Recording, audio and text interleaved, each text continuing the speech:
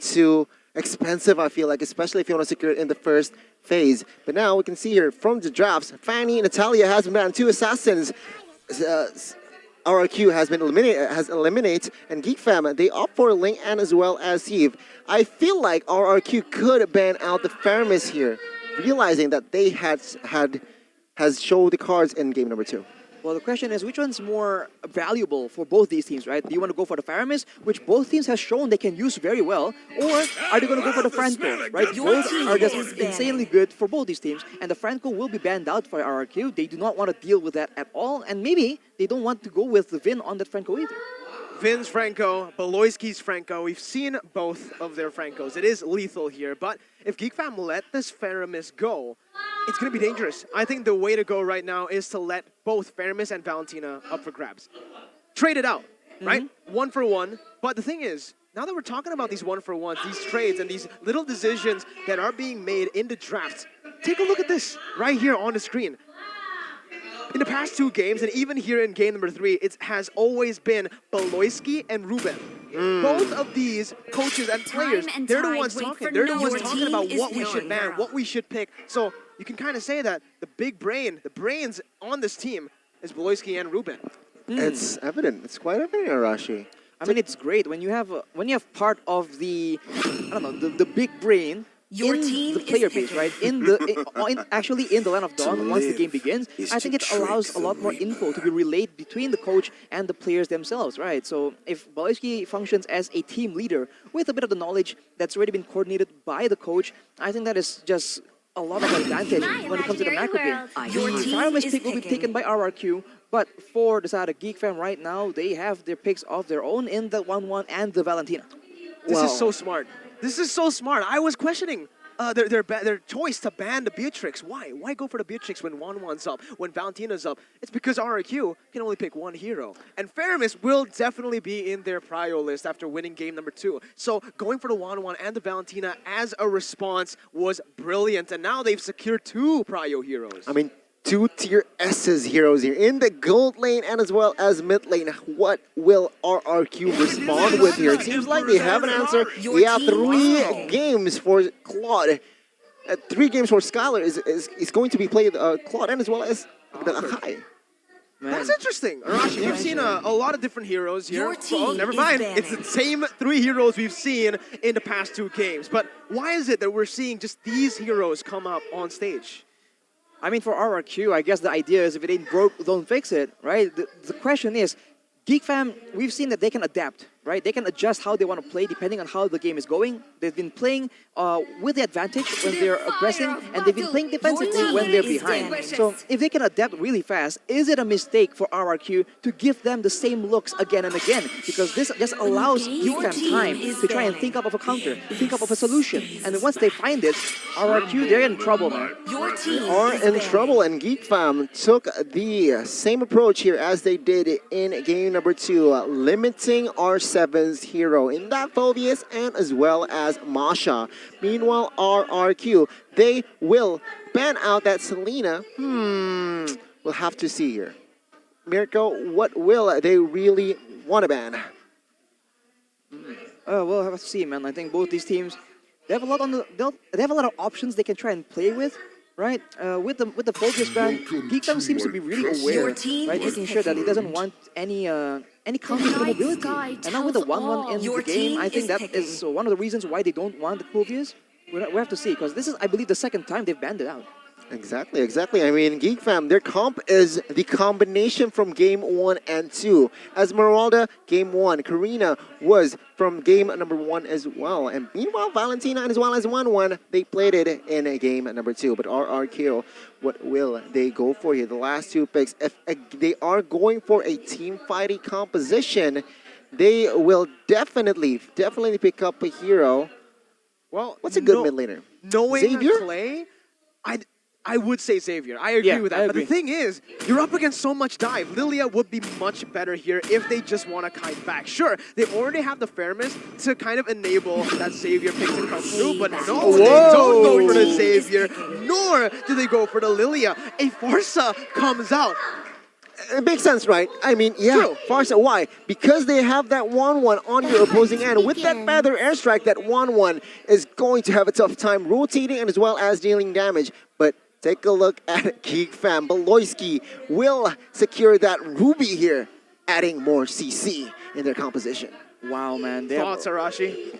It's just dive against team fight, man. And honestly, the Farsa pick really is unexpected. We had a discussion on like what mages are good, you know, and we thought about Farsa, but okay, the range is good, the burst is there, but it just seems very lackluster, and we haven't seen it at all, I think, in the last season even. No, we didn't even see it in the MSC, and Farsa Exactly. got a skin. The MSC skin was Farsa, right? And we didn't even see it in the MSC. So this is the question right now. How good is the Farsa in the mid lane? We said it before that Farsa just does not fit in this crazy clash style meta. But with the help of Faramis, it does provide a little bit more sustainability for that Farsa. Yeah, I mean, we'll have to see. I do want to talk more about the Farsa, but before, let's just jump into the portal here for game number 3. Ladies and gentlemen, once again, Geek Fam have the chance to solidify the greatest upset ever in MPL ID by winning this one, but RRQ are definitely not going to give it easily. I agree. I agree. And yeah, let's just jump into the Land of Dawn. RRQ and as well as Geek Fam will go at it for the third time today. And yeah, speaking of this Farsa here, man, back to that Farsa point. I don't know, man. Ruby is there. Going to be they're going to have a tough time. But Vin here trying to harass Hans, but it seems like Hans with that Karina will collect first blood. Presented to you by Samsung Galaxy the A series for side of Geek Fam. That was unfortunate, man. We saw that Vin unintentionally pulled him over the wall, allowing him to actually, you know, get a closer distance and actually get that first blood. So definitely it wasn't within the calculations. But speaking of the Farsa, if there's a lot of fights, a lot of CC is required, Farsa does provide a stun as well. So maybe that is something that RRQ is trying to bank on. And Skylar and Kadera just duking out in the gold lane. As you mentioned, Kadera has been performing really well against someone with a big name like Skylar. Especially on the 1-1. Look, he even finds the stun there under the turret. And it's actually going to be Skylar who's forced to recall early on. Chadera will be able to have that lane prio against Skylar in another game. Game 1 and now game 3. Indeed, and Loisky here again, keeping an eye on Albert. 20 seconds to the Lord here, so perhaps RRQ will definitely rotate towards that area as well. But it seems like both teams, just like game number 2 here, the pace is quite slow. And composition-wise, R7 and as well as Albert here later in the mid-game will definitely provide that tank unit, and that Uranus is going. I'm going to predict this, and of course he will be the sandbag. I mean, this is like shades of Season 7, Season 8, where Esmeralda gets a Uranus, right? We haven't seen this matchup in a long time. For the longest time last season, it's all about aggression, about winning, dominating the lane. And now it's back to these juggernauts to try and provide that reliable front line in the bigger fights later on. Let's see. Well, first turtle is up and ready. Spawn into the game. As R7 is going to be able to zone out Glazura and Beloyski in that mid lane. Now in a battle for the turtle. Once again, Feather Airstrike going to be popped there, but Albert will find the retribution. Turtle slain by Samsung Galaxy A series. Again, RRQ, they got the neutral objective. The trend is if you secure more, you actually lose the game so far in Season 10. Based on the first 2 games here, Arashi, but I do want to add this. Arashi, Hans has picked up the kill. And if you, based on game number 1, on that Karina, Hans is very good at positioning himself and as well as well-timed, in and outs. Can he replicate the same? Well, considering that there's the Cult Altar and there's Albert on the Akai, right? There's a lot of solutions on the side of RQ HOSHI if Hans diving in becomes too big of a problem for them. So I think that we'll have to see what Hans can do, what his team can help him with. But Beloyski is targeted. Gets pinned down, and that's going to be Clay picking up the kill. Beloyski falls here. Chadera is looking for a play. He got one of the weakness points. One more to go. He pops the Inspire, but no, it's going to be him jumping out of range with Feather Airstrike as Elzura tries to come in from behind. But it's still going to be the Cult Altar by RRQ. Popped and used to get them back to safety. Well, it seems like your RRQ, the first 3 minutes or so, RRQ, they have established a comfortable lead. And take a look at R7 in this Uranus. Quite comfortable, 3 up top here. So again, Geek Fam, they are behind here. So what can they do to somehow equalize? It seems like they need to find a good pick-off. I feel like they can go for a pickoff or they can go for a big combo, right? They have the Falling Star Moon, the I'm Offended combo as well, and they have the option of Elzura just taking an ultimate, so they can win in the combo department. But I think when it comes to just skirmishes, RRQ has an edge here. Speaking of RRQ, fun fact there. Since the Feramis revamped, it's actually Vin who picks it first in the MPL, but the last person to pick Feramis was Lemon. So from one legend to another, Beloyski goes with the I'm Offended, but he will not be able to connect it onto anyone there. He does not have the flicker, and that's going to be the turtle. Again, pressured by RRQ.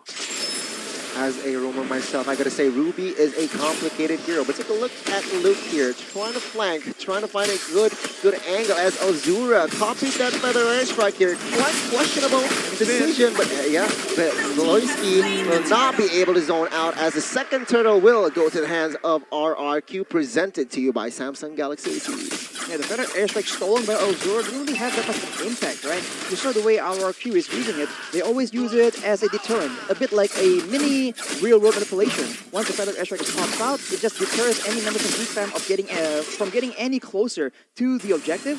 Unfortunately for Elzura, he wasn't even in range of the turtle, so it really wasn't the same kind of impact, but he has an enchanted talisman, so the cooldown game is what he's going to go for, right? He wants to do as much, have as much presence with those ultimates as possible. Geek Fam haven't really been too successful in this game with the trades. In game 1 and 2, we see that they're able to actually trade consistently on the board, on the map against RRQ HOSHI. Even when they don't collect the neutral objectives, they're always taking something off of the map. And now they rotate to the bottom side when there's no objective and they're not going to be able to do anything here. It's actually just going to be RRQ doing the same thing and shooing Geek Fam away from the bottom side. Yeah, I gotta say that was a pointless movement there, perhaps from the side of Geek Fam. We'll have to see here the outcome because RRQ, they are still sitting at almost 2,000 gold lead, but it seems like 2v2. Vin trying to engage on towards Kadira. Kadira watches himself out there on the other side of Beloyski. 1v2, not enough damage to take this guy out just yet, but man, it's just action across the map. Feather airstrike suddenly popped. Man, it's just different, man. It's just so difficult for the side of Geek Fam to try and get something meaningful here as Beloyski once again gets jumped on, is forced to flicker away. They have been very consistently targeting Beloyski, and effectively they're limiting the potential from Geek Fam to make any plays. Oh, one more weakness point. He actually finds it here. He's going to be able to pop that crossbow tag. What? So cold ultra used. That was a miscalculation by RRQ, and they're going to lose Clay. Kadira with the crossbow tag, and in the back lines it's Hans who finds Skylar. Miscalculation by Vin. Miscalculation there, mismechanic perhaps, and 3 members were down there, and now Geek Fam, they are stepping up to gas. Vin trying to give information and as well as provide vision, but it seems like Geek Fam, they are too ahead here in rotations. They will secure the last turtle possibly, and it seems like RRQ, they are now on the behind rotation-wise. They gotta fix this, man. Last turtle has been slain, presented to you once again by Samsung Galaxy A series. That is an unfortunate mistake by RRQ, man. They lost the tempo, and just like that, Geek Fam now has a lot more room to maneuver, and the coup just picked up by Kadira of all people. That is definitely not the result you're trying to hope for when you go for those early game plays. Kadira on the 1-1, man.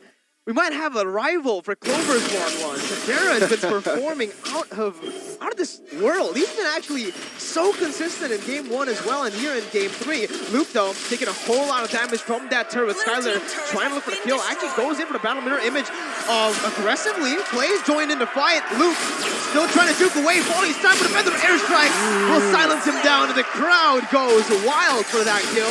But Geek Fam find a better trade to get a turret up top. Yeah, Clay doesn't respect the 1v1 down there. It seems like Skylar will... no, sorry.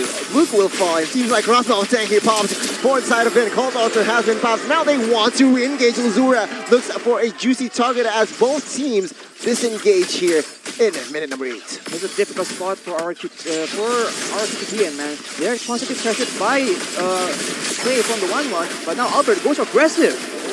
But he's going to be actually disengaged on Chidera with the Cold Ultra, still able to kite away for now, but it's going to be the win of nature there, perfectly timed. He fought it right in time to get out of there, and it's a bait for the entire team to collapse on RRQ.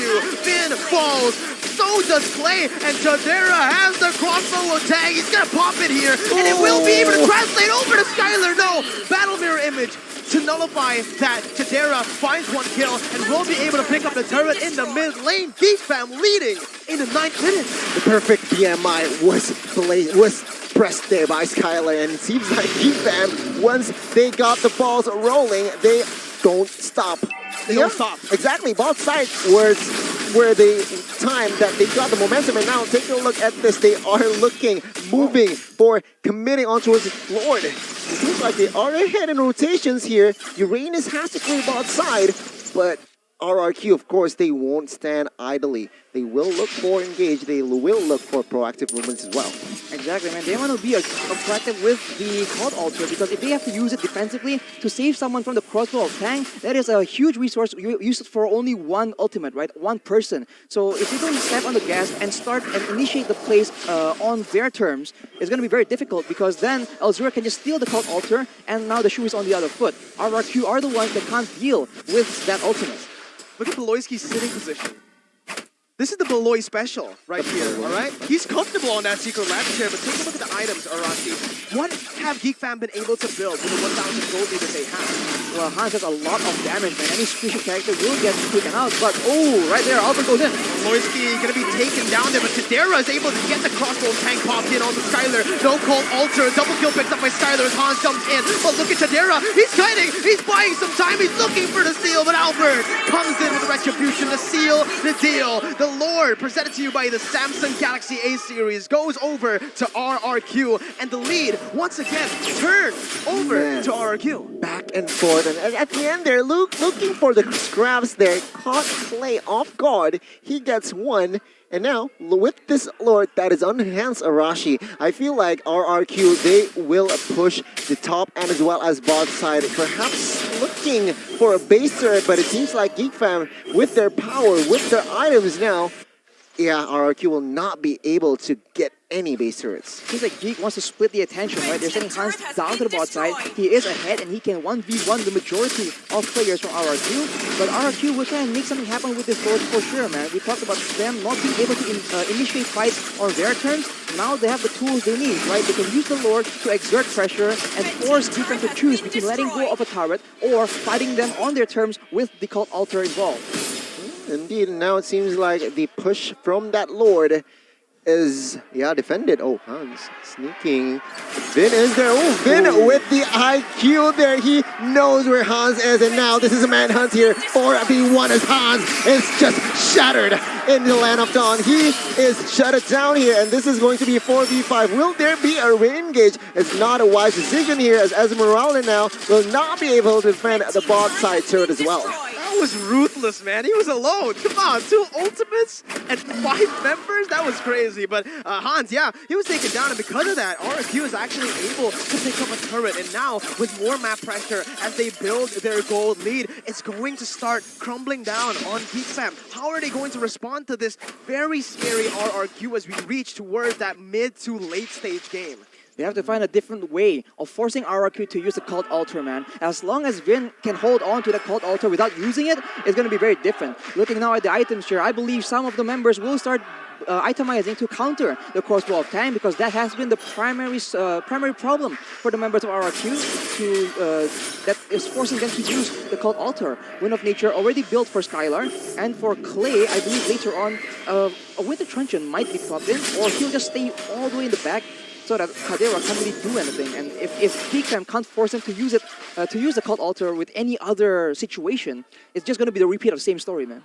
I agree with you, Rashi, but what's interesting to me is the items from Farsa. It seems like Clay wants a bit of Holy Crystal. Now, is that too greedy? Sure, Holy Crystal adds a more magic power, but Glass I cannon. don't know. It's a glass cannon, so we'll have to see, will it pay off? Because Geek Fam, if they're not expecting a Holy Crystal on a Farsa, you're gonna get shot. I actually think it will work. You're up against the 1-1, that's just such a huge problem. You already have a Ferrimus that can provide and enable you to make those crazy plays without you actually, falling and getting punished. So I think it's the right move by RRQ. We saw that also by Chadera on the B6 last game when they were able to pick up that Cold Ultra from the enemy team. But Whiskey here, using a flicker defensively. Eltura, well, he got the heavy spin. He's going to be able to dash out, but look at that. Skylar is able to go and plays into wet. Finds another onto Chadera.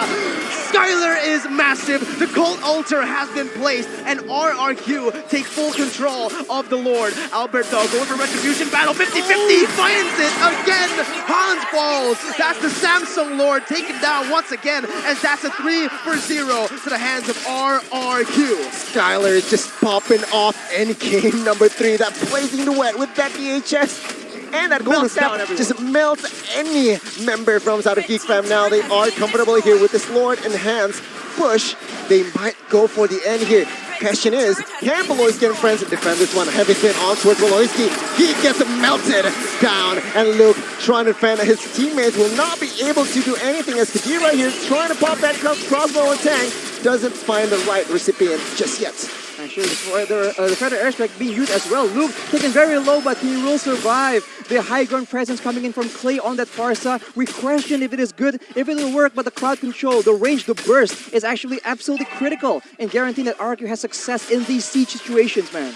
Let's see if they're able to do it once again. RRQ here, trying to end the game right here, right now. That's going to be the falling time when used by Luke to buy a little bit more time as he pops in the sprint as well. He's able to buy some time, but Skylar with the blazing duet goes on to the minions. Tadero with the wind of nature, trying to get all the weakness points. Cult Altar baited out. Geek Fam trying to capitalize. The Feather Airstrike takes so much of Geek Fam's HP, but Beloyski, he finds that I'm offended. No follow-up, though, from any of the other Geek Fam members, and he's just able to defend for now. Man, Geek Fam, they managed to keep their composure in defending that one. Sure, 3 base turrets are eliminated, but man, I personally thought that was this end-winning push for side of RRQ, but it seems like we still got a game here. Of course, RRQ establishing a very comfortable lead with almost 7k gold. And take a look at the damage dealt by Axe here. Still 2 members from the side of Geek Fam. They are top 2. Exactly. It's not about how much damage, it's when the damage comes in, man. If it comes in when the Lord is up, when the base is being attacked, that is where it actually matters the most. So now for RRQ, they don't really have to do much. You can see that Geek Fam, they're trying different strategies out. They try to flank the members of RRQ, and that gets shut down immediately by the Cult Altar. So they're the ones who need to be proactive and make a play here, because as we mentioned, again, when RRQ is the one initiating the play, when they are on the front foot, when Beloyski can't catch them off guard, they have been coming out on top again and again, and Beloyski is for sure the main target for the members of RRQ. Yes. Take a look at the players' gold, though. Presented to you by UBS Gold. Skylar is on top of that list. R7 is showing some, showing some swag here in the Land of Dawn. They are ahead by 6,000 gold, so it's a safe time to do so. Looking on the items though for Clay. We talked about the Holy Crystal already, but the Winter Truncheon, as predicted, is in there as R7 gets very, very low, but Albert gets a pickoff. Able to pin Beloyski down with the Cold Ulcer, perfectly placed. They find Clay. Tadero on the back lines. Oh my God, Beloyski! What was that? He's able to enable his team to get the plays done, and after all of that, it's Geek Fam who comes back. A 2,000 gold lead left for RRQ, but look at the Lord. It is wide open for Geek Fam to take. Oh, Geek Fam, they managed to defend that one, and Albert a little too aggressive there. Geek Fam, they are stepping on the gas here, taking the last turn here, base turret mid-side. They are looking thin, gets taken down. Albert, the only defender here. What will happen here, Cole? Oh, flashback to Season 6 Grand Finals. Albert on the Akai. He can still push over the waves, but Albert gets pinned down. Crossbow of Tang will not be able to dish it down the damage. Attacking the Winter Truncheon. Albert surviving with 1 HP. Luke getting baited in the face and will not fall. How is Luke alive? Skylar finally finishes him off, but man, it's a 1-for-1. Geek Fam falling back all the way to the base. Look at it, it's wide open, Donnie. Oh, it's just a mistake. Were they too greedy? And now RRQ HOSHI, they are standing with 4, very soon 5. They look for the Lord. Oh my God, that was a mistake by Geek Fam. They should have just taken the Lord, and now RRQ HOSHI, they are in favor to take the next Lord. They wanted to risk it to win it, but unfortunately for RRQ, Vin was able to respawn really fast with the passing of the Paramis, and now they are the ones threatening for the Lord, and there's minions on the base of Geek Fam. They're stuck between a rock and a hard place as RRQ make the decisive play onto the Lord. Okay, let's see, 50-50 once again. Albert finds it again with his solid retribution. They secure it, but Chadera doesn't want to just give it up like that. He goes in for one final try on that crossbow of Tang. He will not find it, and it's RRQ who gets the lead again. Man, RRQ Geek Fam, they are not going down without a fight. And with this Lord push, take a look at the base from the side of Geek Fam. They're quite exposed here, Rashi. I do feel this is potentially the last push for inside of RRQ. They're absolutely exposed. And another Winter Truncheon picked up by R7. We talked about how the Crossbow of Tang is the main equalizer to force out the Called Altar, and now that will no longer be the case. Albert has a Winter Truncheon, Clay has one, R7 has one, and Skylar has a Wind of Nature. More and more Kadera is being taken out of the game. His impact is being diminished by itemization and smart choice by RRQ, and now they make the play. They go for the siege with the Lord on their favor. Conceal play, further airstrike taking a whole lot of HP from Chadera and Elzura. Athena's shield popped in, Beloyski trying to defend, goes to Prime offended, Skylar reading it out perfectly, getting out of battle mirror images, R7 tries to zone the other members away. Skylar's blazing duet, jumps in on the backside, but it's gonna be Beloyski's gonna get pinned down, called over, the base has RRQ have done it! They've secured the first game of the season, but 2-1 is the score. The crowd erupts. Geek Fam have certainly put on a show. This shows heart, ladies and gentlemen. Geek Fam, even though in the first game they got the points, but RRQ, they are the kings of kings for a reason. They perform under pressure.